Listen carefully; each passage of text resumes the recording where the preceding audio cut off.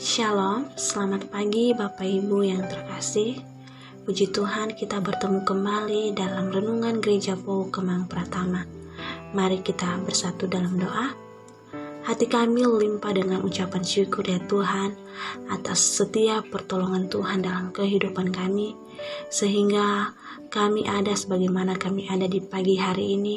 Itu semua karena kasih dan penyertaan Tuhan yang nyata dalam kehidupan kami. Terima kasih ya Tuhan untuk setiap pertolongan Tuhan dalam kehidupan kami. Tuhan Yesus, sebelum kami memulaikan sepanjang hari ini, kami rindu ingin merenungkan tentang kebenaran firman-Mu. Biarlah firman-Mu yang kami renungkan di pagi hari ini menjadi kekuatan kami untuk melakukan berbagai aktivitas kami sepanjang hari ini. Dalam nama Tuhan Yesus Kristus kami berdoa dan mengucap syukur. Haleluya. Amin. Firman Tuhan yang kita renungkan di pagi hari ini terambil dalam Kisah Para Rasul pasal 18 ayat 24-28 berbunyi demikian. Apolos di Efesus. Sementara itu datanglah ke Efesus seorang Yahudi bernama Apolos yang berasal dari Alexandria. Ia seorang yang fasih berbicara dan sangat mahir dalam soal-soal kitab suci.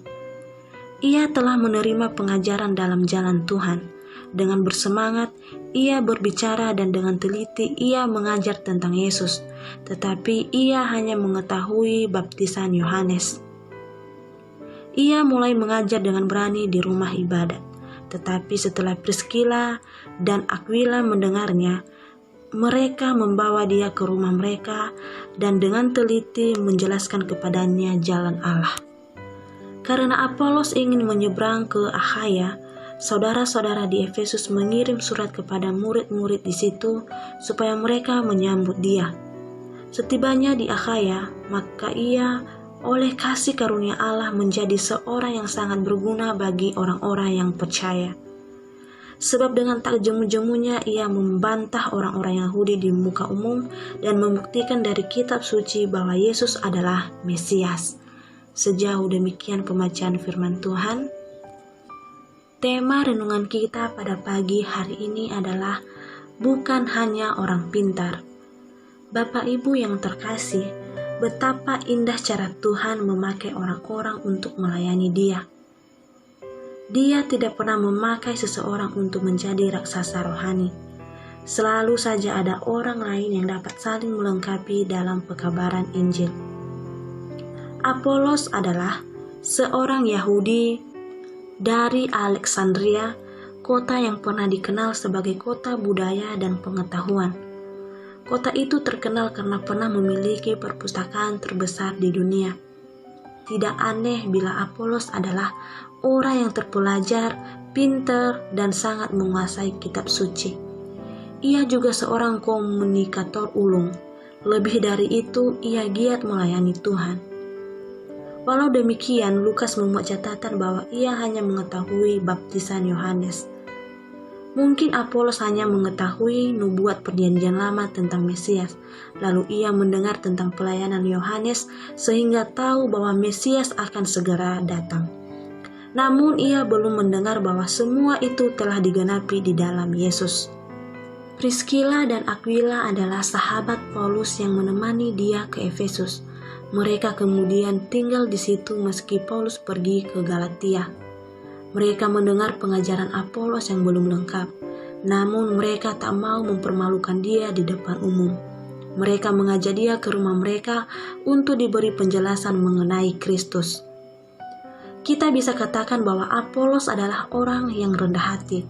Sebagai seorang terpelajar, dia bersedia mendengar pengajaran dari pembuat tenda. Pengajaran itu terbukti bermanfaat. Setelah Apolos pergi ke Korintus dan memberi kesaksian kepada orang-orang Yahudi di sana, terlihat bahwa pemberitaan firman yang dia lakukan menguatkan iman orang-orang yang telah percaya kepada Kristus. Bapak Ibu yang terkasih, Allah bisa memakai orang yang sederhana di mata dunia untuk menggenapi rencana dan karyanya. Maka salah bila kita menganggap diri kita tidak berguna dalam pelayanan karena kita tidak punya kemampuan apa-apa. Seperti Allah memakai Aquila dan Priscilla, Ia pun akan memakai kita dalam kesederhanaan kita, asal kita bersedia. Amin untuk firman Tuhan. Mari kita kembali berdoa. Terima kasih ya Tuhan untuk firman-Mu yang telah kami renungkan di pagi hari ini. Firman-Mu benar-benar menguatkan kami, bahkan Tuhan mengajarkan kami bagaimana kami bisa melakukan pelayanan kami dalam kesederhanaan kami.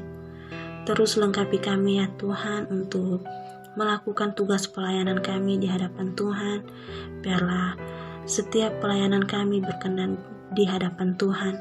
Dan ajarkanlah kami ya Tuhan untuk tetap mengandalkan Tuhan dalam kehidupan kami. Biarlah setiap pelayanan yang kami lakukan hanya memuliakan nama Tuhan. Berkati kami sepanjang hari ini ya Tuhan. Biarlah apapun yang kami lakukan, apapun yang kami kerjakan, seturut dan sesuai dengan kehendak-Mu. Di dalam nama Tuhan Yesus Kristus kami berdoa dan mengucap syukur. Haleluya. Amin. Selamat beraktivitas kembali. Tuhan Yesus memberkati.